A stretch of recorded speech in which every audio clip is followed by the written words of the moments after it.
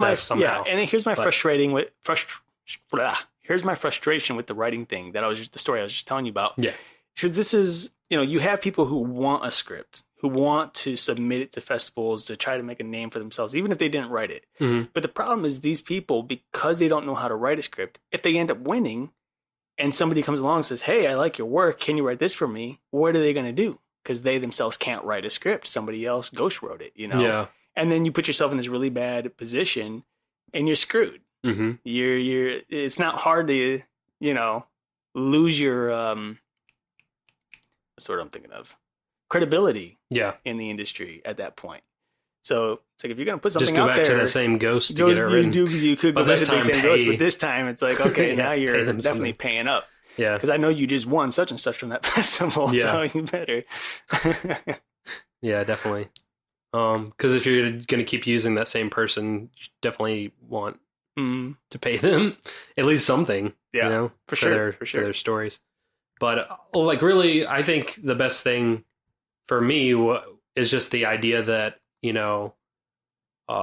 if I write a story or have an idea, I could at least get like that story by credit. You know what I'm saying? Yeah. Like, at least like, written by such and such, story by James Gary. Right. So I feel like that's enough for me. Like, I'm happy with that. Mm-hmm. And then like, at least like if somebody reads the script or got entered somewhere, maybe they'll pick my mind about how I came up with a story to begin with, my original idea and where it came from. So I feel like I'm still involved in that process, even though it's not necessarily money being made. Right. I feel like that's good enough for me. And I don't know.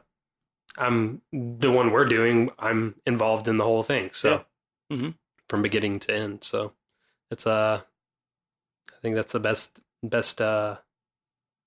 way to go for me. I don't know.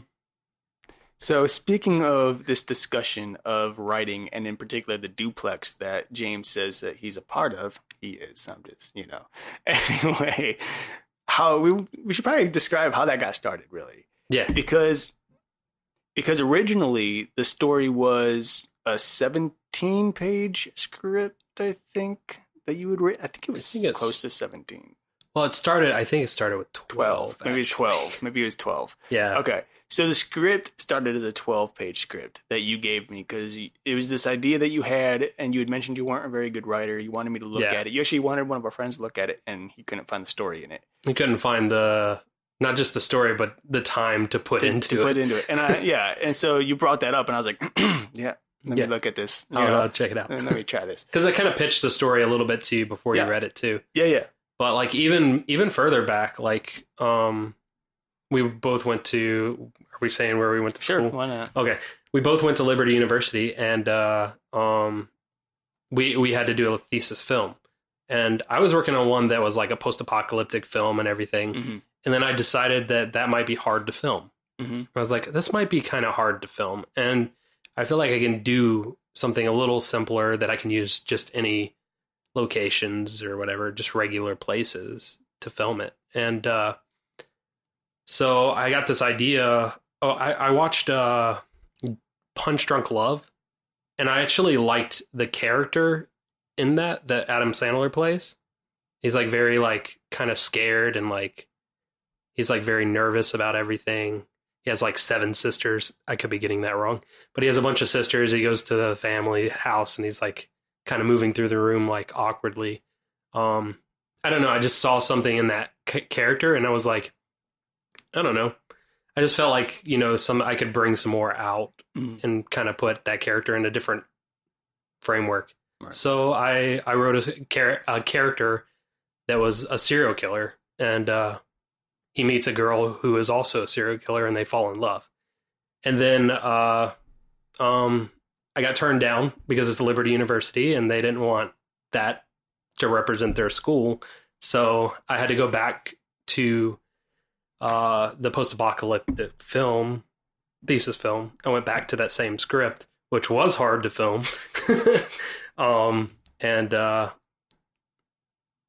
I rewrote it again before I sent it to my friend before you. The guy we were talking about. Right. Yeah, no names. No names. No need for that. I sent it to him, after I rewrote it, which I changed some of the plot points and some things changed. So I think that's what threw him off, because some things changed a lot, story-wise, between the original script and that script. Mm-hmm.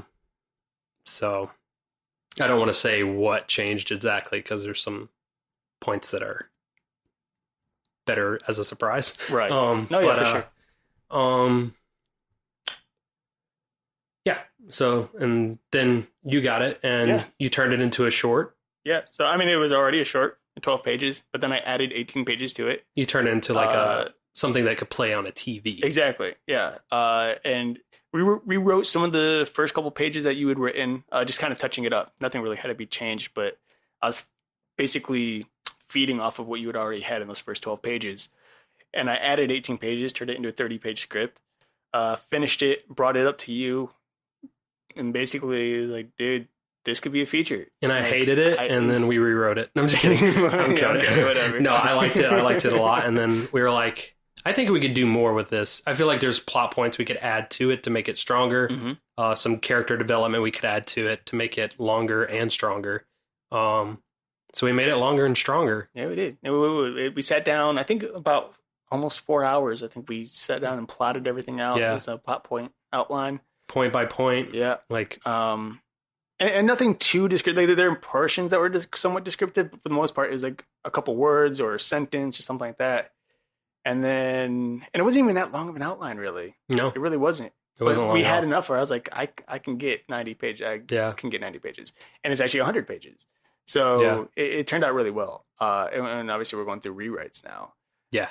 And we're on our third draft. I'm going on to the third draft. Yeah. And I could see at least a fourth or a fifth probably. But probably get some more people to look at it. Some different people. Yeah. I just feel like we need fresh eyes. We need to find like different people who would react to it different ways. Yeah. Because we've sent it out to roughly 5 people so far. And for the most part, it's got really positive feedback. Yeah. Still waiting on one to respond. I don't think he's going to. The guy who was supposed to do the rewrite. Yeah. I just don't think it's going to happen. Yeah. But yeah, I can think of a couple of other people that we can send it to.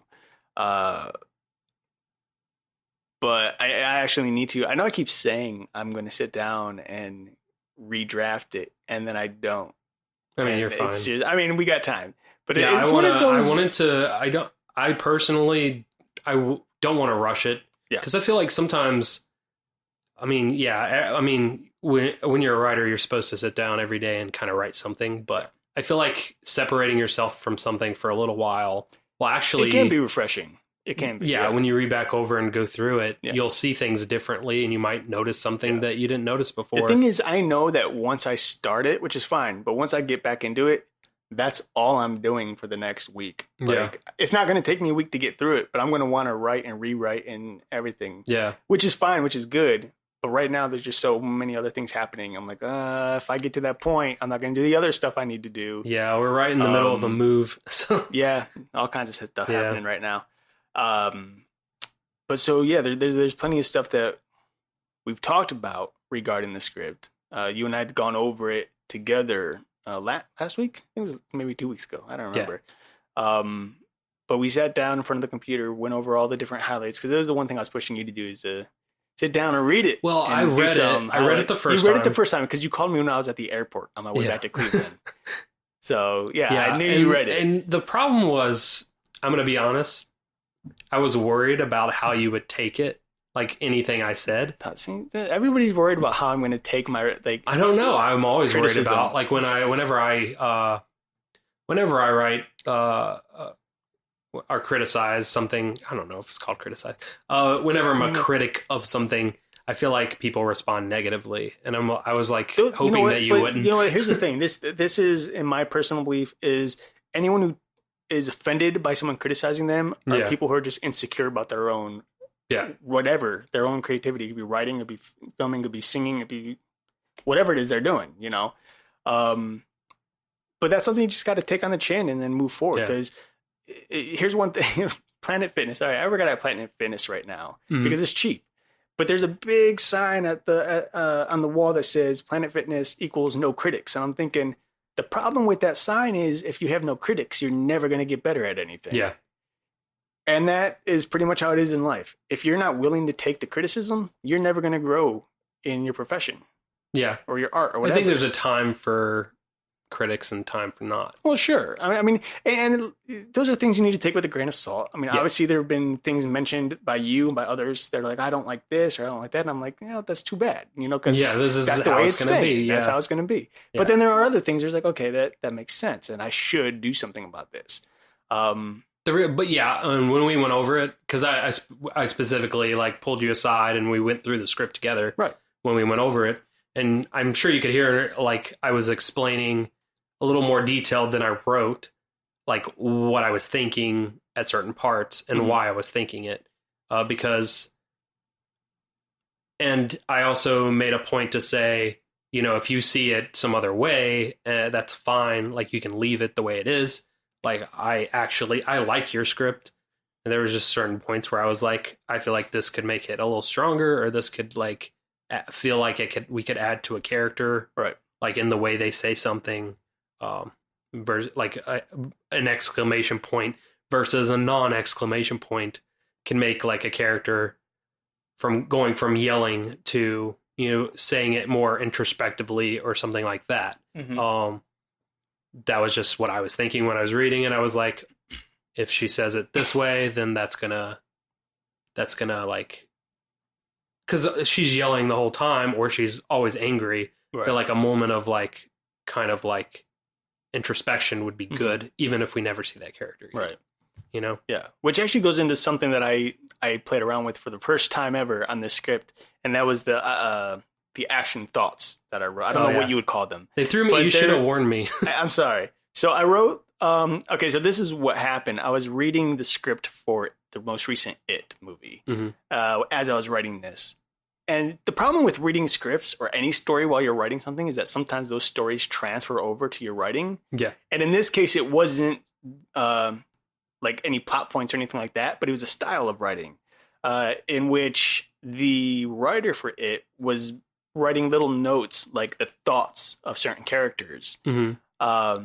And at first I hated it when I was reading the script. It's like, oh, this is just so annoying. But then as I got like halfway through the script, I was like, okay, this is actually really good because now I'm getting in the head of all these characters and what they're thinking as they're saying something. Yeah. And so I started doing that with the script and went back, rewrote the entire script and added in all these points. And so, yeah, when you read it, you're like, wait, what the hell's going on here? I was like, did you put this dialogue in the wrong spot? Because that's what it is. It looks like dialogue, but it's actually just a thought that I wrote as an action. So that was one of the things that you and I talked about, which I'm going to go back in and italicize. Yeah, italicize all of that. But I think it took a moment for me to like explain it to you before you really understood, like, oh, okay, I see what you're doing here. Yeah. And it makes a little more sense now. Yeah, for sure. But yeah, it is. I didn't think of how jarring that would be for for everyone who hasn't read It, It or other scripts like it that have been written. I haven't read any scripts like that before, so it like definitely was jarring for me. And that's not what they taught us. We both went to film school, so that's not what they taught us there. So I was like, this is not normal. It's not normal, but I was like, you know what? It'd be fun to play with. Let's just see what we could do with it. And the reason I do it is, or ended up doing it, is because when I started writing some of the character for Benjamin, like his there are just moments where I thought, like, if I was in this situation, what would be the initial thought in my mind when this happened? Yeah. And so I wrote, like, there's this one piece of dialogue. I'm not going to give too much away, but there's this one piece of dialogue where he realizes something about this one girl, and immediately in his mind he's like, oh. But it's just like, you know what that means, like when you think that in that situation, when you're reading the scene, obviously it doesn't make sense when I'm talking about it right now, but if you're reading the scene and you see that, you're like, I know where his head is at right now, and I know the exact look he would have on his face because of what she just said.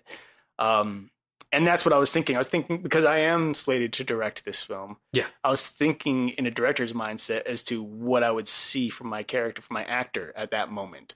Yeah. And so I guess in that style of writing, it not only helps the actors when they're reading it, but I think it also helps me remember what I was going for Yeah, when in the you're writing, so it transfers actually over directing to it.